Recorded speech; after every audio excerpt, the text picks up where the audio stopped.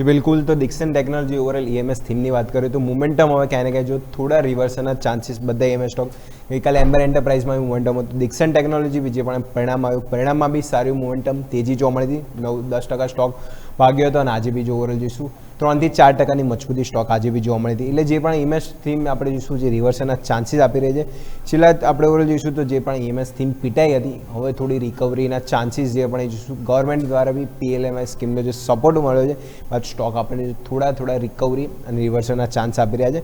કંપનીના જે પ્રમાણે પરિણામ બી આવ્યા હતા પરિણામમાં જો ઓપરેટિંગ એમનો કેશ ફ્લો છે ઓવરઓલ જોઈશું જે 1782 કરોડ થયો જે ગયા વર્ષ કરતાં આપણને જો તો 1149 કરોડ હતો એનાથી જો ઓલમોસ્ટ આપણને સારો જે કેશ ફ્લો બી એટલે જોઈશું કંપનીનું ધીમે ધીમે શું પેલો મજબૂત થતો જાય છે. કંપની હવે જે નવા જેવી કરી રહી છે ખાસ કરીને જે એચકેસી સાથે જે નવા સ્ક્રીન એટલે મેન્યુફેક્ચરિંગ મોબાઈલ અને ડિસ્પ્લે માટે બી જે નવા જેવી કર્યા છે એટલે નવું બિઝનેસ એક્સપાન્શનનું બી સારું રોકાણ બી નવું એક્સપાન્શન કરી રહી છે. જે ભારતમાં નવા મોબાઈલ બ્રાન્ડ જેવા કે અત્યારે જો ફિલહાલ કંપની જોઈએ તો Xiaomi, Motorola અને Samsung આ બધી કંપનીના જે શું જે મેન્યુફેક્ચરિંગનું કામકાજ કરે છે એનો સપોર્ટ સારો છે. ટોટલ આપણે યુનિટ્સની વાત કરીએ તો 20થી અંદાજિત આપણે આંકડો જે 20થી 25 મિલિયન આજુબાજુ FY25માં કરે છે.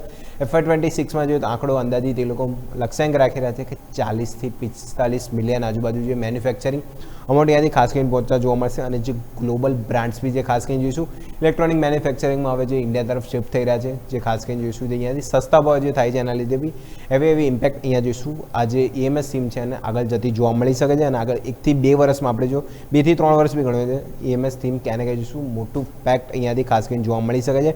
આવક અને નફામાં બીજું સતત આપણને ક્વાર્ટર કમ્પેરી સ્ટેબલ છે પણ જોઈશું ગ્રોથ ધીમે ધીમે અહીંયાથી ખાસો વધતો જતો જોવા મળે છે. અને જે પ્રમાણે કંપની મોબાઈલ મેન્યુફેક્ચરિંગ સાથે જે એલસીડી ઓવરઓલ વોશિંગ મશીન ટોપ કોમ્પ્યુટર જે બધાનું મેન્યુફેક્ચરિંગ યુનિટમાં બી જો કંપની ક્વાર્ટર જો અને જે યર ઓન યર બી કમ્પેર કરો તો યુનિટ્સ આપણને શું જે વધારતી જાય છે એનો બી સારો સપોર્ટ છે.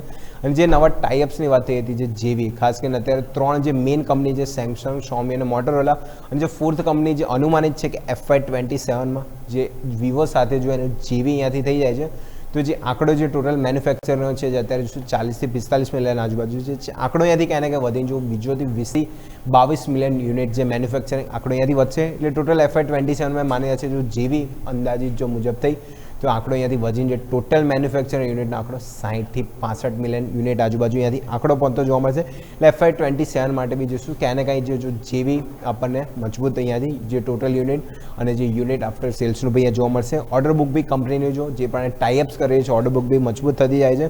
અને જો વાર્ષિક અંદાજે બી જોઈતી જે ડિસ્પ્લે મોડ્યુલ્સ અંદર જે મેન્યુફેક્ચરિંગ અને સાથે જે જે હેવી ઇલેક્ટ્રોનિક કોમ્પોનન્ટ છે એ બી એમાં જોઈશું સતત ઓર્ડરમાં આપણને શું વધારો થતો જોવા મળે છે.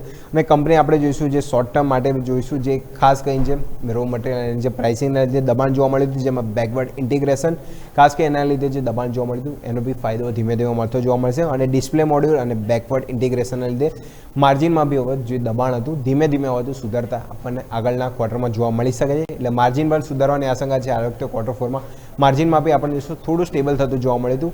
નફો અને સ્ટેડી સાઇડ જોવા મળ્યો પણ જે પણ જોઈશું નવી જેવી ટાઈપ્સની જે વાતચીત ચાલે છે એટલે શું રિવર્સલ અને રિવર્સલ બાદ ક્યાં ને કે મોમેન્ટમ સ્ટોક આપણને ડિક્સન ટેકનોલોજી જોવા મળ્યો હતો. તો આ બધા કારણો હતા કે ડિક્સન ટેકનોલોજી હવે ધીમે ધીમે સ્ટેબલ થઈને મજબૂતી સાથે આગળ વધી રહ્યો છે. યસ ઓકે, તો આ બધા સંકેતો ધ્યાન પર રાખીશું. આભાર અજય આપનો અમારા સાથે જોડાવા માટે થઈને. તો આવીએ ખાસ વરુણ સર તમારા પાસે સમજીએ અત્યારે ફિલહાલ ડિક્સન ટેકનોલોજી